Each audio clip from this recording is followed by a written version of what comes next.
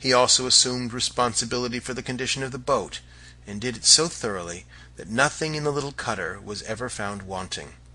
And when, for any reason, his presence was in demand, the first place to look for him was in the boat, and there, too, he was usually found tinkering away with sheets, sails, or rudder, and singing as he tinkered.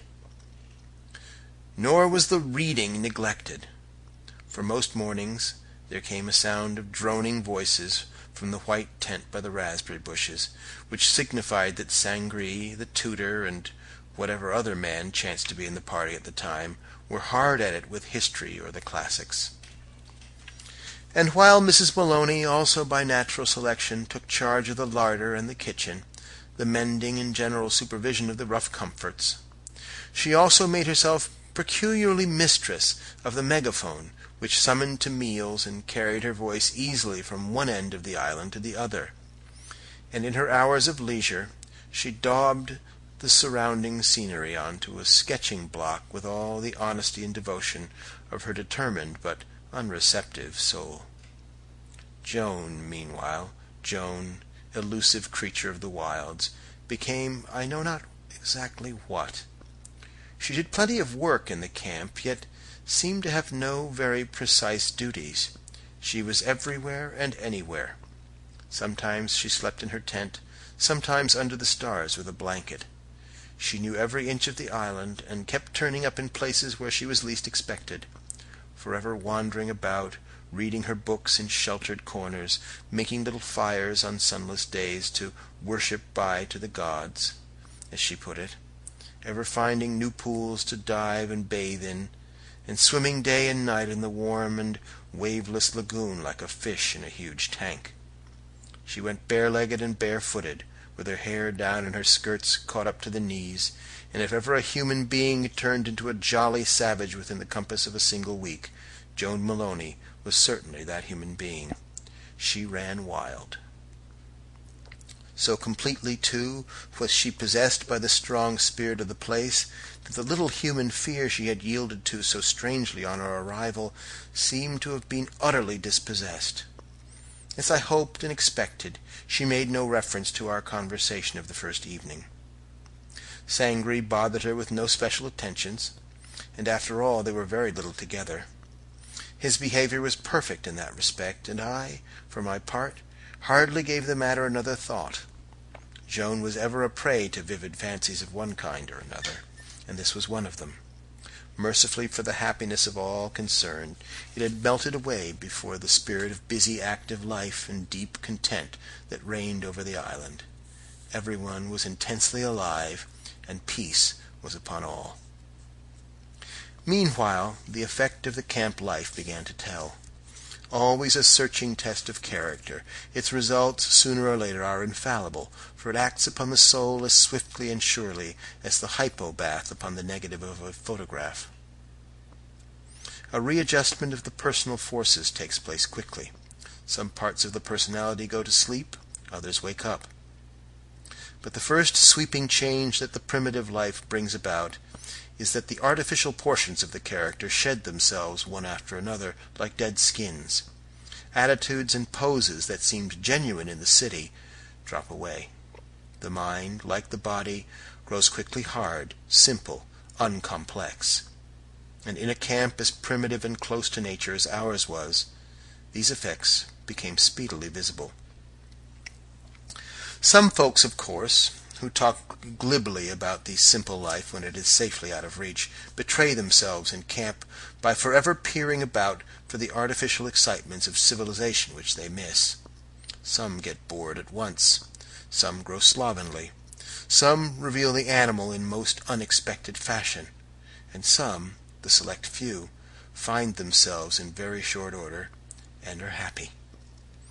And in our little party we could flatter ourselves that we all belonged to the last category, so far as the general effect was concerned. Only there were certain other changes as well, varying with each individual, and all interesting to note. It was only after the first week or two that these changes became marked, although this is the proper place, I think, to speak of them. For having myself no other duty than to enjoy a well-earned holiday, I used to load my canoe with blankets and provisions and journey forth on exploration trips among the islands of several days together. And it was on my return from the first of these, when I rediscovered the party, so to speak, that these changes first presented themselves vividly to me, and in one particular instance produced a rather curious impression. In a word, then, while everyone had grown wilder, naturally wilder, Sangree, it seemed to me, had grown much wilder, and what I can only call unnaturally wilder. He made me think of a savage. To begin with, he had changed immensely in mere physical appearance, and the full brown cheeks, the brighter eyes of absolute health, and the general air of vigor and robustness that had come to replace his customary lassitude and timidity, had worked such an improvement that I hardly knew him for the same man. His voice, too, was deeper, and his manner bespoke for the first time a greater measure of confidence in himself. He now had some claims to be called nice-looking, or at least to a certain air of virility that would not lessen his value in the eyes of the opposite sex. All this, of course, was natural enough and most welcome, but altogether apart from this physical change, which no doubt had also been going forward in the rest of us, there was a subtle note in his personality that came to me with a degree of surprise that almost amounted to shock. And two things, as he came down to welcome me and pull up the canoe, leapt up in my mind unbidden, as though connected in some way I could not at the moment divine. First, the curious judgment formed of him by Joan, and secondly, that fugitive expression I had caught in his face while Maloney was offering up his strange prayer for special protection from heaven.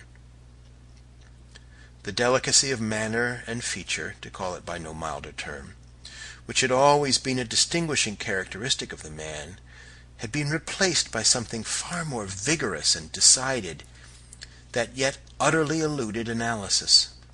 The change which impressed me so oddly was not easy to name. The others, Singing Maloney, the bustling boatswain's mate, and Joan, that fascinating half-breed of Undine and Salamander, all showed the effects of a life so close to nature. But in their case the change was perfectly natural, and what was to be expected, whereas with Peter Sangree, the Canadian, it was something unusual and unexpected. It is impossible to explain how he managed gradually to convey to my mind the impression that something in him had turned savage. Yet this, more or less, is the impression that he did convey. It was not that he seemed really less civilized, or that his character had undergone any definite alteration, but rather that something in him, hitherto dormant, had awakened to life, some quality latent till now, so far at least as we were concerned, who, after all, knew him but slightly, had stirred into activity and risen to the surface of his being. And while, for the moment, this seemed as far as I could get, it was but natural that my mind should continue the intuitive process and acknowledge that John's silence, owing to his peculiar faculties, and the girl, owing to her singularly receptive temperament, might each in a different way have divined this latent quality in his soul, and feared its manifestation later.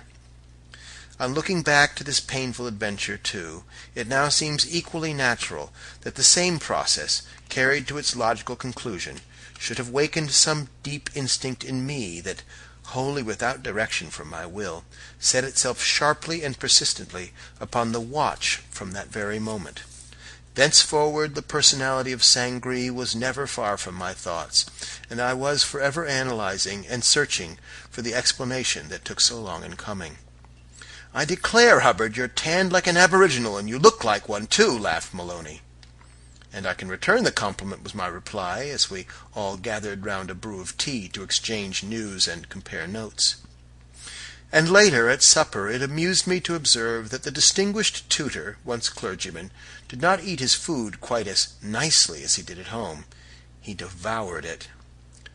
That Mrs. Maloney ate more, and to say the least, with less delay than was her custom in the select atmosphere of her English dining-room, and that While Joan attacked her tin plateful with genuine avidity, Sangree, the Canadian,